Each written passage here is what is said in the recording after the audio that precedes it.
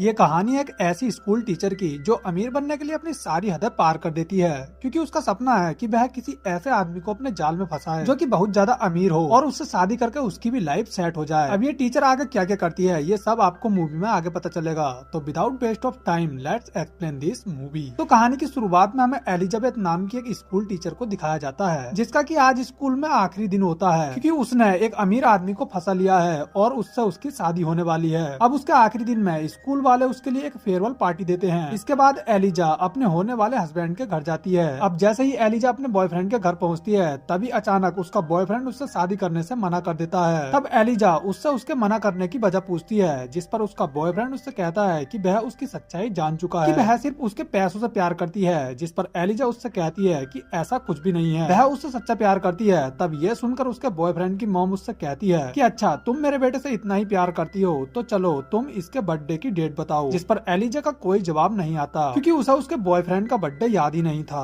अब इसीलिए उसका बॉयफ्रेंड उससे शादी करने के लिए मना कर देता है और उसे वहाँ से जाने के लिए कहता है। अब एलिजा के पास पैसे कमाने का कोई भी और रास्ता नहीं बचा था, क्योंकि उसने स्कूल को भी छोड़ दिया था, लेकिन जीवन जीने के लिए उसे कुछ तो करना ही पड़ेगा। इसीलिए वह दोबारा से एक दूसरे स्कूल को ज्वाइन कर लेती है। इसके बाद एलिजा अपनी एक फ्रेंड से मिलती है और उसे बताती है कि जो अमीर मुर्गा उसने फंसाया था उसने उसे छोड़ दिया है, इसीलिए उसे अब एक नया मुर्गा फंसाना होगा। खैर, इसके बाद एलिजा एक पार्टी में जाती है, जहां उसकी मुलाकात एक और आदमी से होती है। एलिजा उसे बहुत ज्यादा अमीर समझ रही थी, इसीलिए वह उसे भाव देने लगती है। लेकिन जैसे ही ये दोनों कांड करने वाले होते हैं, तभी एलिजा को पता चलता है कि ये आदमी तो भिखारी है, इसीलिए ये उसे भी छोड़ देती है। अगले दिन एलिजा स्कूल जाती है, जहां आज उसका पढ़ाने का बिल्कुल मन नहीं था, इसीलिए वह सभी बच्चों को मूवी दिखाने लगती है, जिससे बच्चे भी बहुत ज्यादा खुश हो जाते हैं और एलिजा भी पढ़ाने से बच जाती है। इसके बाद लंच टाइम में स्कूल का एक पीटी टीचर उसके पास आता है और उस पर फ्लर्ट करने लगता है। तभी एलिजा उससे कहती है कि उसे उसमें कोई इंटरेस्ट नहीं है, क्योंकि वह तो सिर्फ अमीर लोगों को ही भाव देती है। खैर, इसके बाद एलिजा के स्कूल में एक नए टीचर स्कॉट की एंट्री होती है, जो कि देखने में ही बहुत ज्यादा अमीर लग रहा था। उसके हाथों में महंगी घड़ी को देखकर एलिजा समझ जाती है कि वह बहुत ज्यादा अमीर है, इसीलिए वह उसमें इंटरेस्ट दिखाने लगती है और उसे स्कूल दिखाने के बहाने उसकी पर्सनल लाइफ के बारे में पूछती है और जानने की कोशिश करती है कि वह सिंगल है या नहीं। जिस पर वह उसे बताता है कि फिलहाल तो वह सिंगल है, लेकिन पहले उसकी एक गर्लफ्रेंड भी हुआ करती थी, जिससे अभी अभी उसका ब्रेकअप हुआ है। इसके बाद वह उसे अपनी गर्लफ्रेंड का फोटो दिखाता है, जिसे देख एलिजा को उससे जलन होने लगती है, क्योंकि उसकी पुरानी गर्लफ्रेंड बहुत ज्यादा हॉट थी और उसके चेस्ट का साइज भी एलिजा के मुकाबले बहुत ज्यादा था। अब एलिजा भी डिसाइड करती है कि उसे भी अपने बूब्स का साइज बड़ा करवाना पड़ेगा, वरना ये लड़का उसे भाव नहीं देने वाला।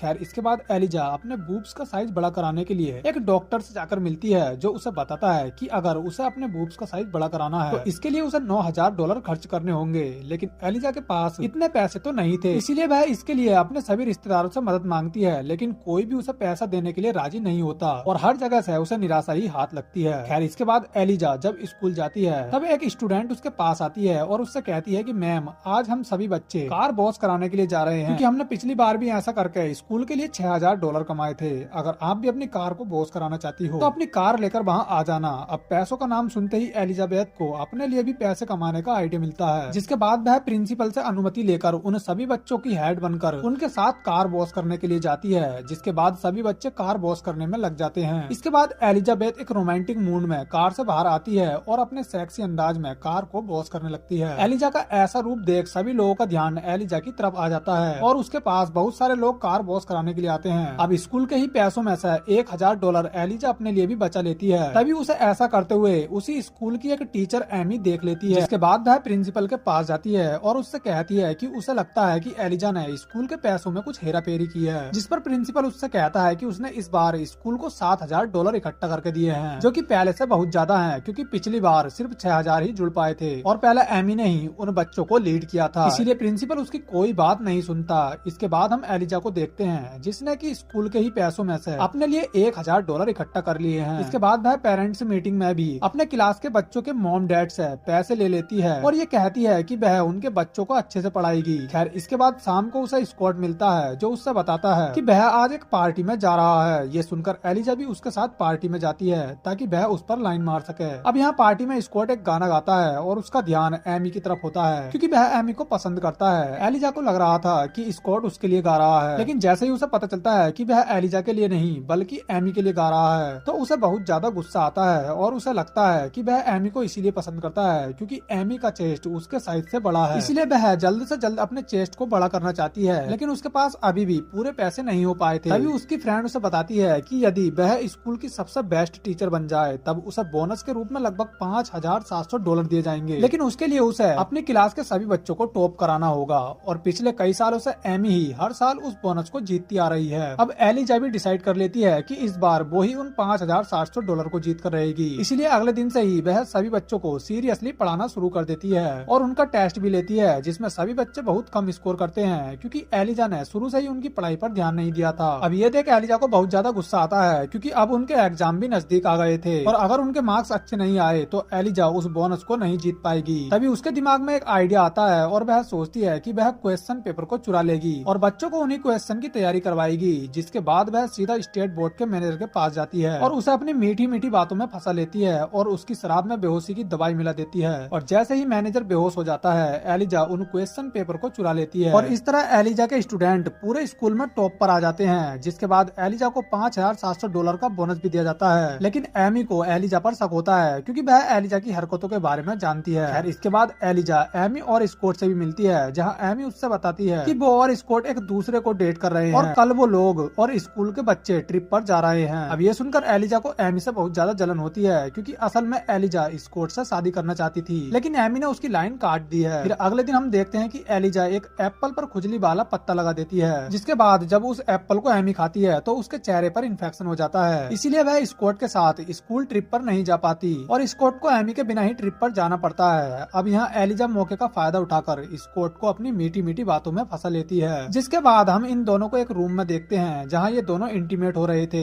एलिजा इस सब की वीडियो बना लेती है और एमी को भेज देती है ताकि वह स्कॉट से ब्रेकअप कर ले। खैर दूसरी तरफ हम एमी को देखते हैं जो कि अकेली स्कूल में आई होती है क्योंकि वह समझ चुकी थी कि हो न हो एलिजा ने ही बच्चों को चीटिंग करके पास कराया है और उसका चेहरा खराब करने में भी उसी का हाथ है। अब एमी एलिजा के रूम में जाती है और उसकी डेस्क को चेक करने लगती है, लेकिन उसकी डेस्क तो लॉक थी, इसीलिए वह एलिजा की डेस्क को अपने रूम में रख देती है और अपनी डेस्क को उसके रूम में। और अगले दिन वह एक वर्कर से कहती है कि उसकी डेस्क लॉक हो चुकी है, इसीलिए वह उसकी डेस्क को ओपन कर दे, जिसके बाद वह वर्कर उसकी डेस्क को ओपन कर देता है। तभी उसे एलिजा की डेस्क से क्वेश्चन पेपर मिलते हैं जो एलिजा चुरा कर लेकर आई थी। अब इसी बात को और कंफर्म करने के लिए एमी स्टेट बोर्ड के मैनेजर के पास जाती है, जिसे कि एलिजाबेथ ने बेहोश करके क्वेश्चन पेपर चुराए थे। अब यहाँ बहुत देर बातचीत करने के बाद एमी को ये कंफर्म हो जाता है कि एलिजाबेथ ने ही क्वेश्चन पेपर चुराए थे। अब यहाँ एमी मैनेजर को धमकी देती है कि उसे एलिजाबेथ के खिलाफ कोर्ट में गवाही देनी होगी, वरना वह मैनेजर को भी जेल में भिजवा देगी। खैर इसके बाद एमी प्रिंसिपल के पास जाती है और उसे एलिजाबेथ के बारे में सब कुछ बता देती है। अब एलिजाबेथ की सच्चाई जानने के बाद स्कूल प्रिंसिपल भी उसके खिलाफ एक्शन लेने के लिए राजी हो जाता है। दूसरी तरफ हम देखते हैं कि ट्रिप के दौरान क्लास का एक लड़का अपनी ही क्लास की लड़की को सबके सामने प्रपोज कर देता है, जिस पर वह लड़की उसका खूब मजाक बनाती है और उसे मना कर देती है, जिसके बाद वह लड़का रोता हुआ वहाँ से भागने लगता है क्योंकि उसकी सबके सामने इंसल्ट हो गई थी।